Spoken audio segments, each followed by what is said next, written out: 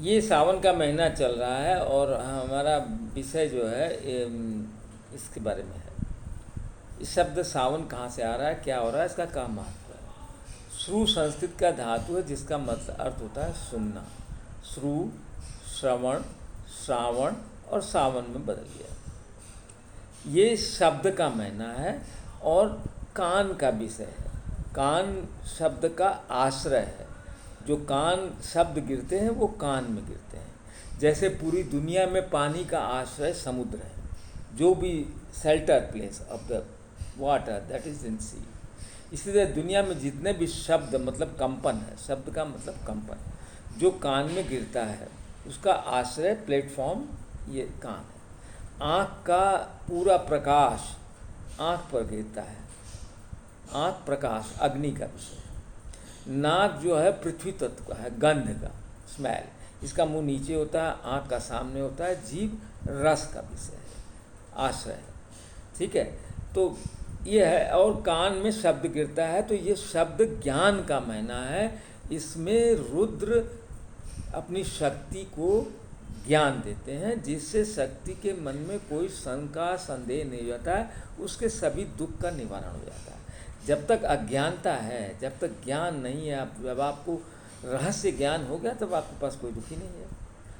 अंधकार से हट गए, कल क्या होगा, परसों क्या होगा, ये सब आपको पता चल गया, ऐसा क्यों हो रहा है, क्या हो रहा है, इसका कारण सब पता चल गया तो आपको कोई दुख नहीं है।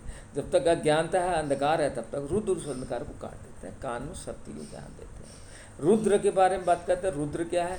रुद्र शिव के एक स्वरूप का नाम है जो ईशान कोण में स्थित है। ईशान कोण का मतलब होता है उत्तर और पूर्व का कोना, वो ईशान है, वो रुद्र का स्थान है। ठीक है।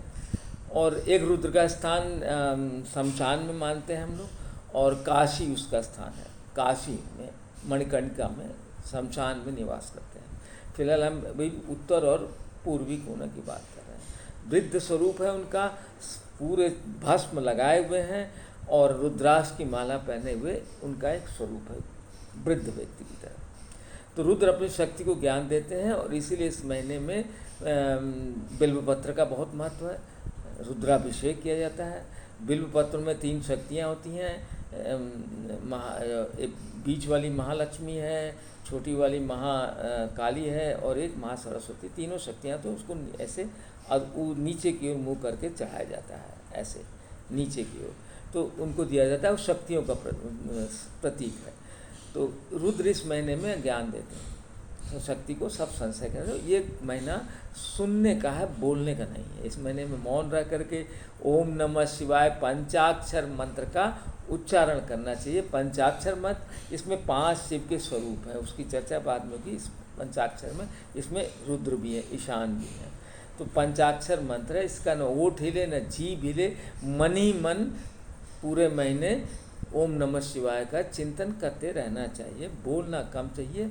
शब्द ज्ञान, क्योंकि आपको नहीं मालूम है, लेकिन शब्द ज्ञान, आपके शरीर में 3 शक्तियाँ हैं, तो उन शक्तियाँ उस शुद्ध को सुनती हैं। दाहिने कान में होता है, इसीलिए गुरु मंत्र में भी कान में ही ज्ञान दिया जाता है। तो यह बताने काशी रुद्र का स्थान है और काशी में आना चाहिए।